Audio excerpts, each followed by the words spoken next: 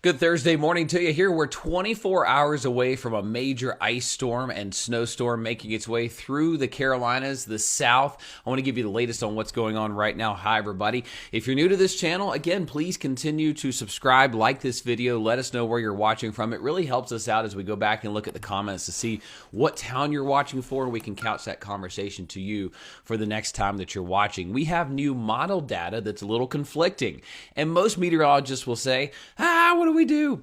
But the ones that have been here, done that before, will say, hey, there are some tried and true methods that we can use to overcome a little bit of model disagreement because, folks, this is winter weather forecasting.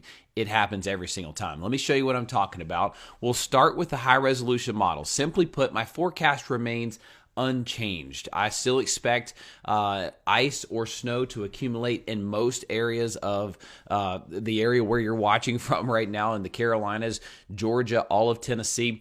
It's just a matter how much. And right now I've got a new tool, and in fact, I'm going to refresh this just to make sure I'm getting the latest one in here. So this is a high resolution rapid refresh run that it's not even done finishing. It's kind of in the process. It shows a similar time frame here. We've got 9 a.m., some snow moving into western North Carolina, northeast Georgia, 10 a.m., Clemson, Pickens, Oconee County seeing some snow, some of Anderson County. By 11 o'clock, that's moving into Greenville and Spartanburg. Remember, pink on this map is sleet, not freezing rain. And then as we go toward 11 o'clock, most of Spartanburg seeing it. Noon, it's heavy. I mean, these dark blues are just heavy. That's just really coming down hard and heavy. That would be noon. By 1 o'clock, we've got heavy snow in western North Carolina. We've got heavy snow across every one of our viewing area communities in the upstate. There's a little bit of sleet in Troy and Bradley and Kirksey and southern Elbert County, but everybody that watches us on TV is seeing snow at 1 o'clock. By 2 o'clock, you've got most of the upstate still seeing snow and have been seeing snow for a couple hours now.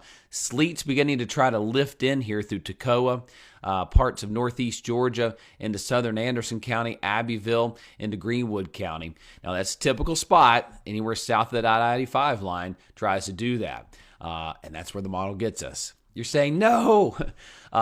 While that one loads, let's just see if it gave us another one. I mean, it literally is finishing as I'm doing this, and it does. All right, so here's 19Z. That would be around 1, 2 o'clock.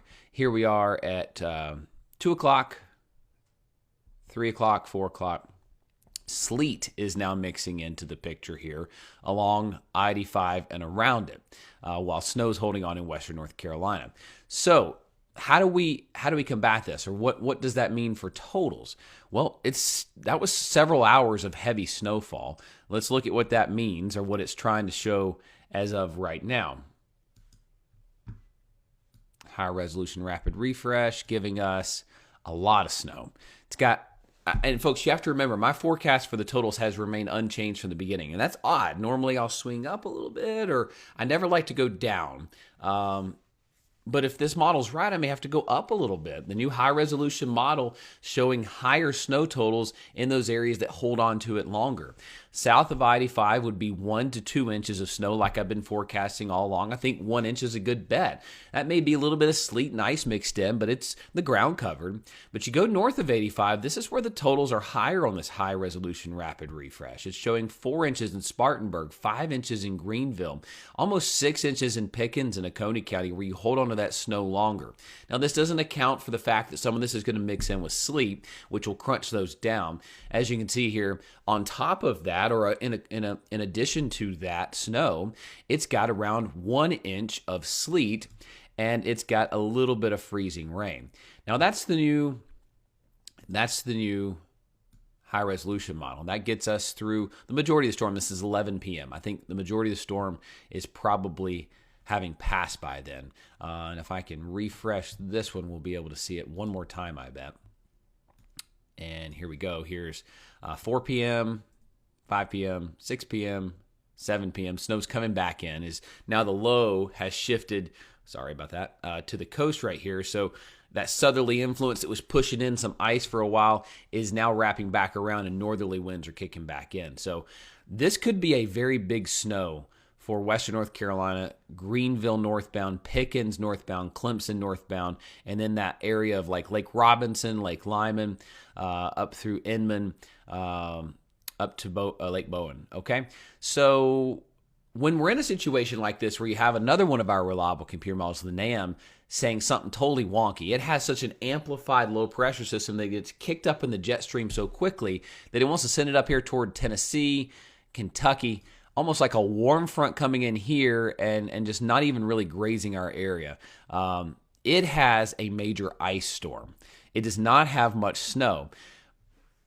And it normally has a cold air bias, which does concern me a little bit, that we could be looking at a big ice storm, because this doesn't have a whole lot of snow for the upstate, but it sure does have a lot of ice.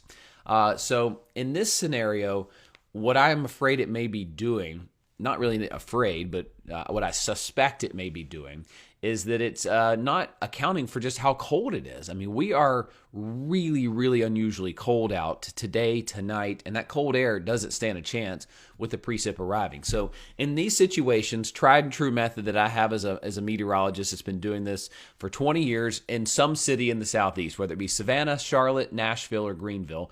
13 of those years has been in Greenville here at the WYFF4. My tried and true method is to go back to my trusty European. It's a deterministic model. It doesn't have the granular detail that the NAM does. But when the NAM's acting wonky, you go back and you look at the average of all of your models. Now, keep in mind, the high resolution model I showed you first, that is a far superior model to even the NAM. It's showing 6 inches of snow in parts of the upstate. 1 to 2 is a minimum south of 85. The Euro has held true. 9, 10 a.m. start time. Snow is happening through lunch. Snow is heavy through the afternoon. Mixes with some ice in the evening. Ice in the evening.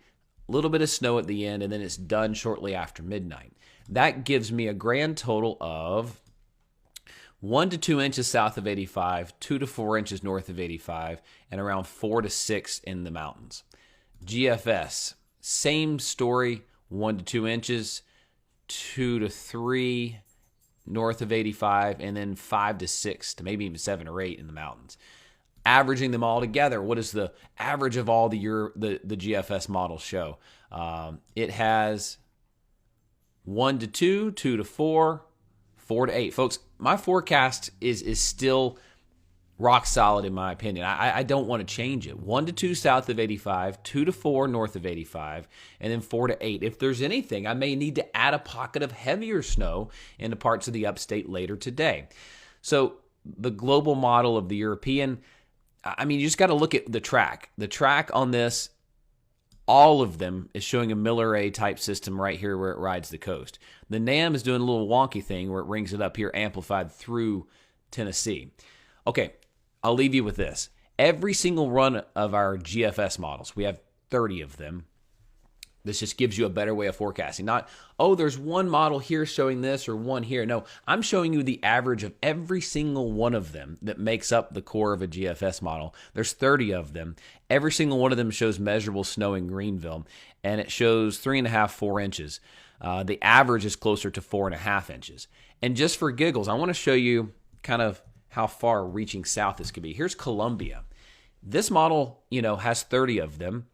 More than half of them show measurable snow in Columbia, South Carolina. Okay, so think about where you're at in relation to that. If you're north of there, you obviously have a much better chance at seeing snow. Okay, how about the European model, the most recent European model? Every single one of the 50 different varieties of the European model shows measurable snow. The average is still right there at 3 inches. The operational run showing 3.5 inches. And again, I'll do this same trick for you again. Let's look at Columbia. Every single model of the European shows measurable snow in Columbia, South Carolina. So simply put, folks, we're going to get snow. We're going to get some ice to mix in at times. This is when you'll see some models get a little crazy. But I'm telling you, trust us here at WIFF4. We're going to be steady in the forecasting. We're not going to swing with the wind. We're going to be more measured in our approach. And I can tell you, this thing's a coming. Winter storm watch It begins sometime Friday morning. It will continue to be heaviest through Friday afternoon, Friday evening.